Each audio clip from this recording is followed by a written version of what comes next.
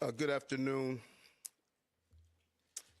and I'm joined here today by our Chief of Detectives and the Police Commissioner and Chief of Department because we have a strong person of interest in the shooting that shook our city last week.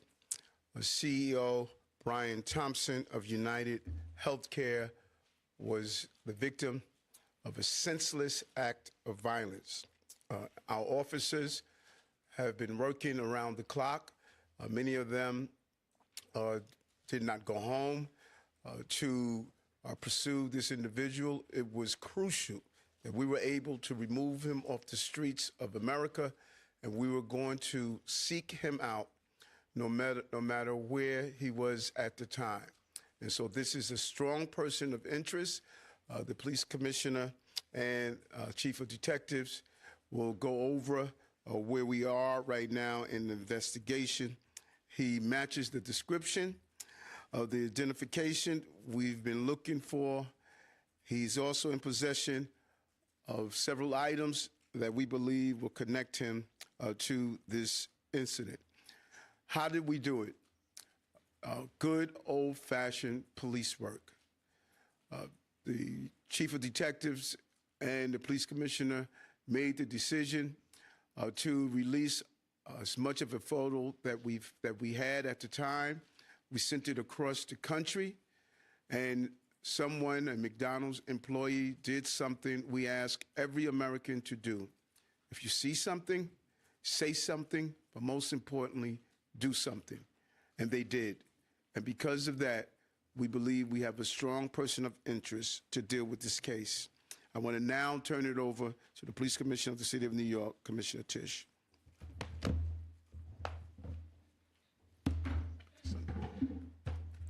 Thank you, Mayor. Good afternoon, everyone. Earlier this morning in Altoona, Pennsylvania, members of the Altoona Police Department arrested Luigi Mangione, a 26-year-old male, on firearms charges.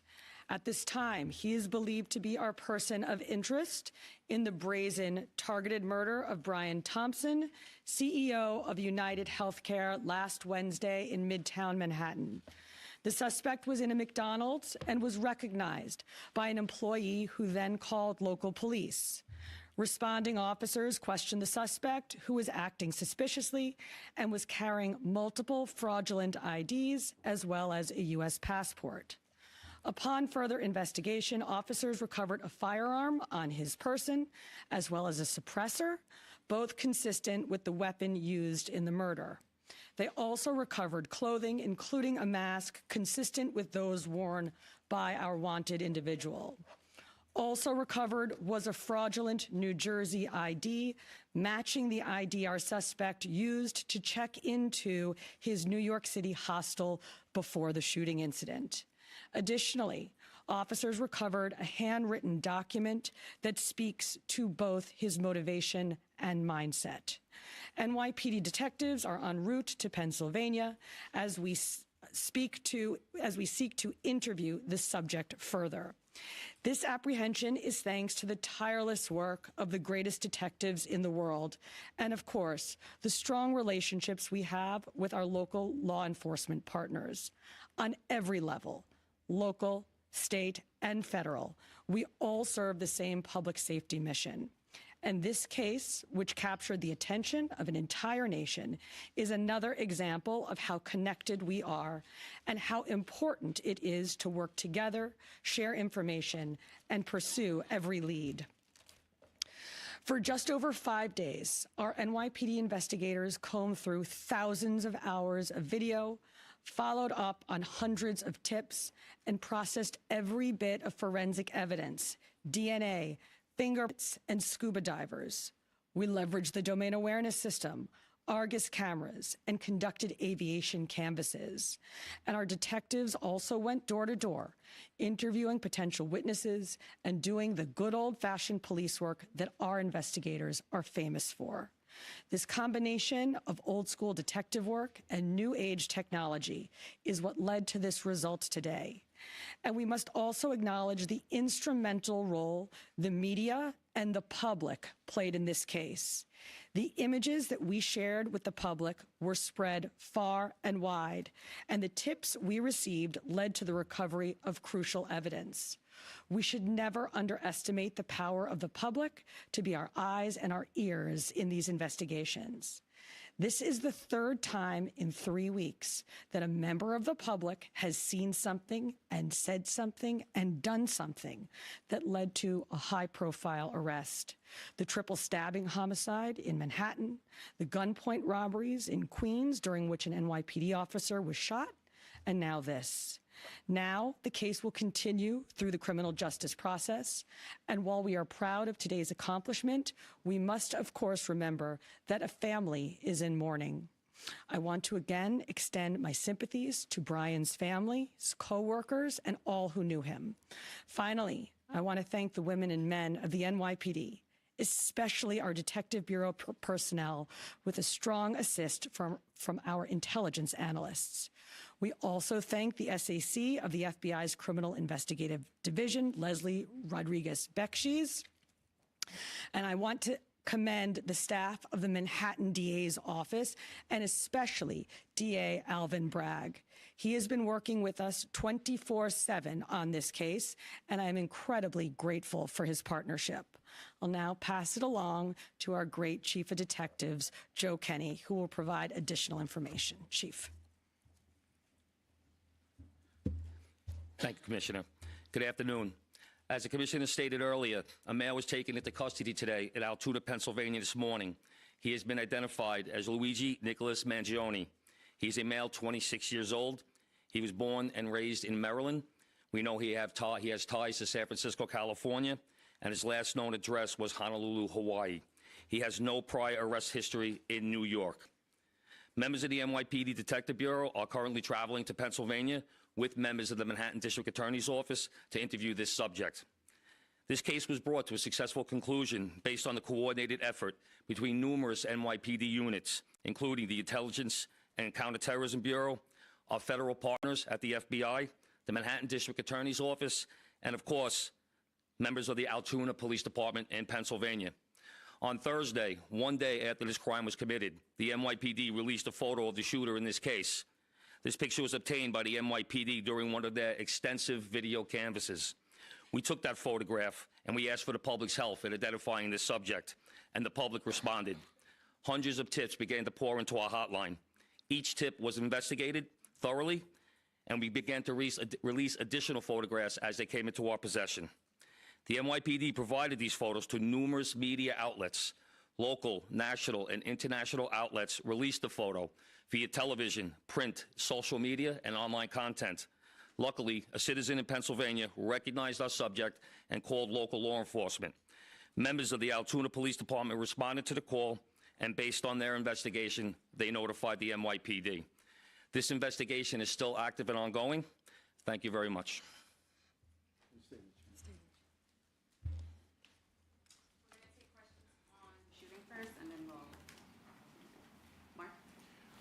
I had a couple questions about the document that he was found in possession with. Can you go a little bit more in depth about those motivations that you mentioned? Was that CEO specifically named in that document? Was there anything more about him wanting to go after others? And also in that document, was there any indication that explains us how the level of detail that he went into killing him? Like, is there anything? Like I said, that document is currently in the possession of the Altoona Police Department as part of their investigation. But just from briefly speaking with them, we don't think that there's any specific threats to other people mentioned in that document. But it does seem that he has some ill will toward corporate America. Over here, sir. MJ? Chief, was the suspect wearing a mask at the time he was spotted in the McDonald's? And also, criminal cases often have a linchpin. Can you point to a single linchpin that helped crack this case? There's numerous linchpins in this case, in the fact that we've recovered an enormous amount of forensic evidence, an enormous amount of video, and once again, with your help and the public's help.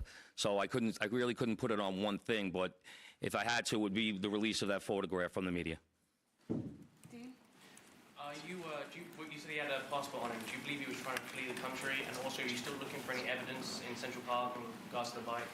We had divers in the water yesterday that came up negative results. The passport, we don't believe that he was planning on doing any traveling at this time. We don't think he, at this point in our investigation, we don't think he was trying to flee the country.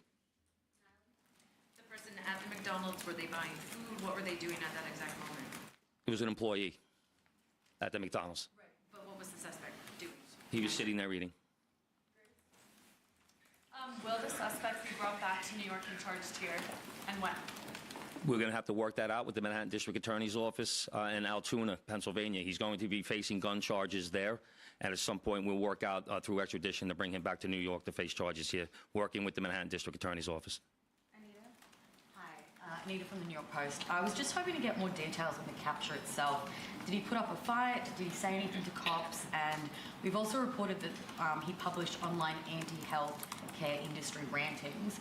Can you share with us some of the services that he posted on? We're still working through his social media. We're going to do a complete scrub of that.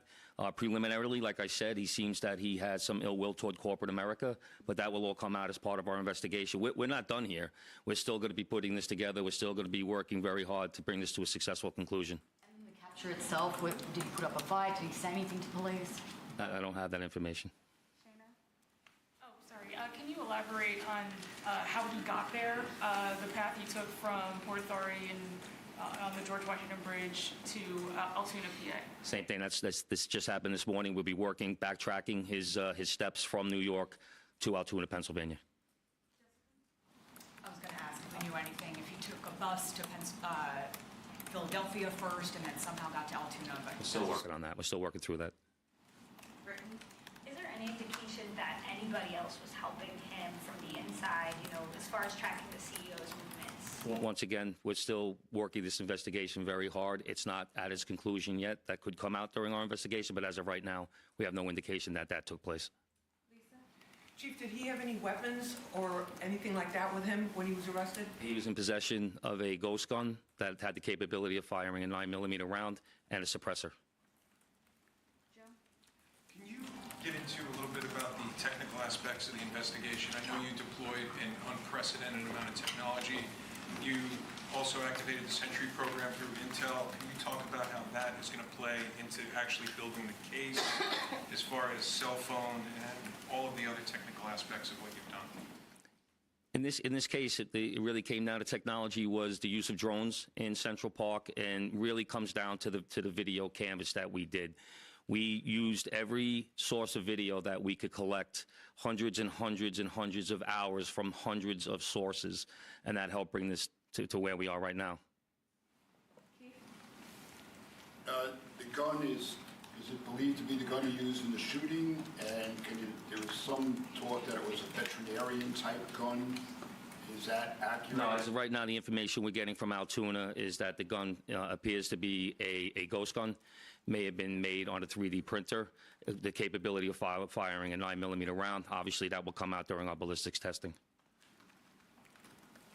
Oliver? Yeah, Oliver Barnes from the Financial Times. Do you have any indication like how long this handwritten, is it a handwritten manifesto that you found on the suspect? And then also whether or not he put it online at all? Don't know if it's online. As of right now, it's a handwritten 3-page document.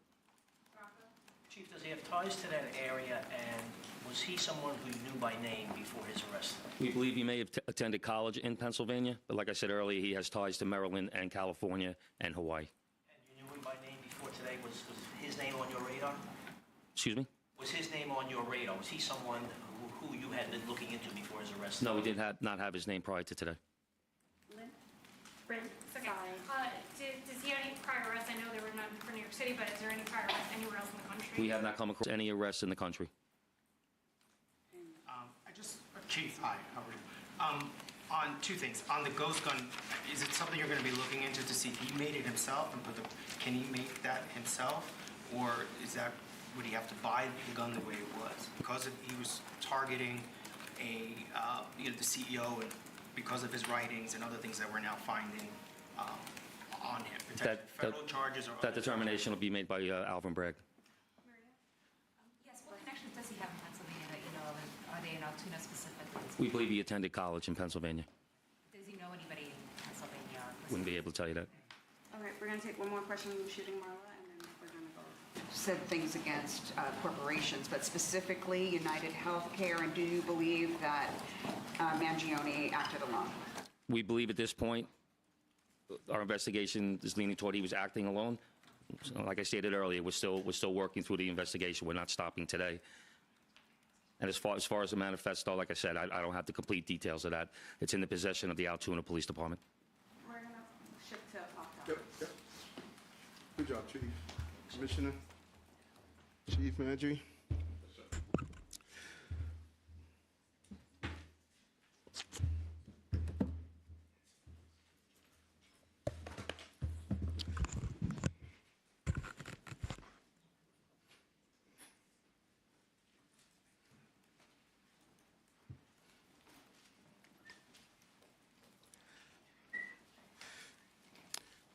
Again, great job by the New York City Police Department. In certain aspects of this investigation and the crime itself is something that we have been zeroing in on. Ghost guns. We have really talked about this since the beginning of the administration. They could be made on a 3D printer, and they are extremely dangerous, and we must do more on the federal level to clamp down on the availability of ghost guns. And it just really leads into just the top headers of what we did last week and what we're doing this week. This week is all about public safety. Public safety, I've stated over and over again, is a prerequisite to our prosperity, and we're going to continue to make this city a safe city. It's the safest big city in America, but anytime you have a crime of this magnitude, it shocks us, and it really has a major impact on the perception of crime in this city. This crime has continued to go down. We're going to continue to do what's needed. Today we announced an every block count initiative, and the blocks that we identified since October, they have not had one shooting or one shots fired job that came over. We're going to add that on to our community link operation that has resulted in over 1,000 operations and over 700 complaints resolved, nearly 16,000 summonses issued, and over 200 people placed in shelter. Our community link initiative is extremely important. It operates every day across the city, removing ghost cars, targeting illegal vendors, and addressing the everyday problems that make New Yorkers feel unsafe. The precincts where we have focused on our every block count is the 73rd precinct in Brooklyn and the 46th precinct in the Bronx. These two precincts have historically seen high rates of violent crimes and shooting incidents, and so we want to make sure we deal with all of those quality of life issues that impacts why criminal behavior takes place. We don't want to only to be reactive, we want to be proactive. Hats off to the team. It's a big belief on my part. You have to dismantle the historic walls that kept us from operating together. FDNY, DSNY, DOB, DEP, HBD, NYCHA, Parks, DOT, and other community-based organizations are all part of this initiative with the local block CEO and many, many more agencies. You know, last week we announced Axe the Tax for working class. We're really pleased with this initiative. $62 million will be going back to those who are at 150% of poverty line. When you add that with our earned income tax credit and the other initiatives that we put in place, it clearly shows how important it is for us to focus on working class, low-income working class people. We really want to thank Senator Leroy Comrie and State Assembly Member Ronise Bichat-Hermelin for carrying the bill. So, Amaris, why don't we open the floor to a few questions? Hi, Mr. Mayor. How are you? Good. Other Good. big news today, Daniel Penny was found not guilty of the killing of Jordan Neely. I wanted to get your thoughts on that. And then another question. Last week on our morning show, you left the door open seemingly to rejoining the Republican Party. I wanted to know why you say you're a proud Democrat. Do you find issues with your own party? First, as I stated when this incident first happened with Jordan, that's my son's name. And so, these incidents that happen in the city is not only professional, but they're personal, and we take that with us. This Jordan should not have had to die. And I strongly believe, as I've been stating, probably from day one, we have a mental health system that is broken. When you have someone repeatedly going through that system, that's a signature of failure. And we need help in Albany and in the city council. We can't sit back and mourn the loss of someone that is caught up in this system when we're not taking the action every day. But a jury of his peers heard the case, saw all the facts and all the evidence, and made a decision. And I joined DA Braggs in stating that I respect the process. And then on my second question last week on leaving the door open about joining the Republican Party on our morning show, why didn't you say you're a proud Democrat, and do you find issues with your own party? No, it's amazing how things take legs and create their own creative writing style. I never stated that I was not running as a Democrat. I ran as a Democrat as a senator, as a borough president, as a mayor, and I won. I'm running as a Democrat. I was on Channel 11, and they asked the same question. I said the same thing. I am true blue, but I'm also a true blue-collar mayor. And the American people in general, but specifically here in the city of New York, they're tired of this squabbling after campaigns are over. I don't think anything with everyday crisis, people are having an intellectual conversation of parties. When I took office as a police officer and as an elected official, I pledged allegiance to the United States of America. That's what I said on your show. And how did I run wild? That's just the nature of the creativity that comes from your industry.